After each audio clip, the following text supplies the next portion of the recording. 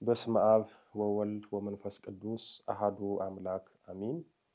በካናዳ ቶሮንቶና በተለያዩ ከተማዎችና በአቅራቢያው ያላችሁ የተወደዳችሁ የእግዚአብሔር ቤተሰቦች የወለላይቱ እመቤት የድንግል ማርያም የአስራት የቃል ኪዳን ልጆች በያላችሁበት የክርስቶስ ሰላም ይድረሳችሁ።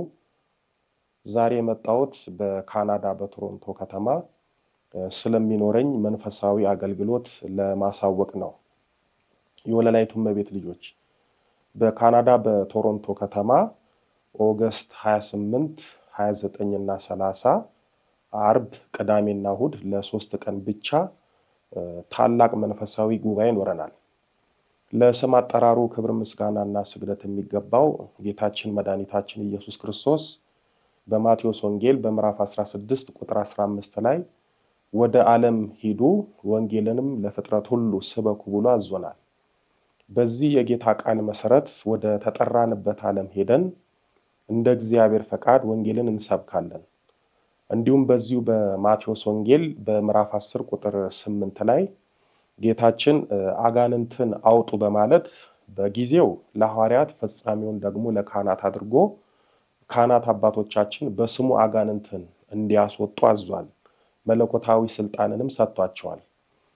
በዚህ ታላቅ መንፈሳዊ ጉባኤ ማለትም ኦገስት 28፣ 29፣ 30 አርብ፣ ቅዳሜና እሁድ ጠዋት 8 AM መታችሁ አገልግሎቱን ማግኘት ትችላላችሁ። በእነዚህ በሶስቱ ቀናት በእግዚአብሔር ቸርነት በድንግል ማርያም ጸሎት፣ የትምህርተ ወንጌል፣ የጠበል ጥምቀት፣ የቅባ ቅዱስና የክፉ መናፍስት ሽኝት አገልግሎት ይኖረናል። አገልግሎት የምንሰጥበት ቦታው ከስክሪኑ ስር አለ። በቦታው አድራሻ አካባቢ ሰርች አድርጋችሁ ማረፊያ ሆቴል መያዝ ትችላላችሁ። አገልግሎት የምንጀምርበት ሰዓት ጠዋት 8 AM ነው። ስለዚህ ሰዓታችሁን አክብራችሁ እንድትመጡ አደራ እላለሁ።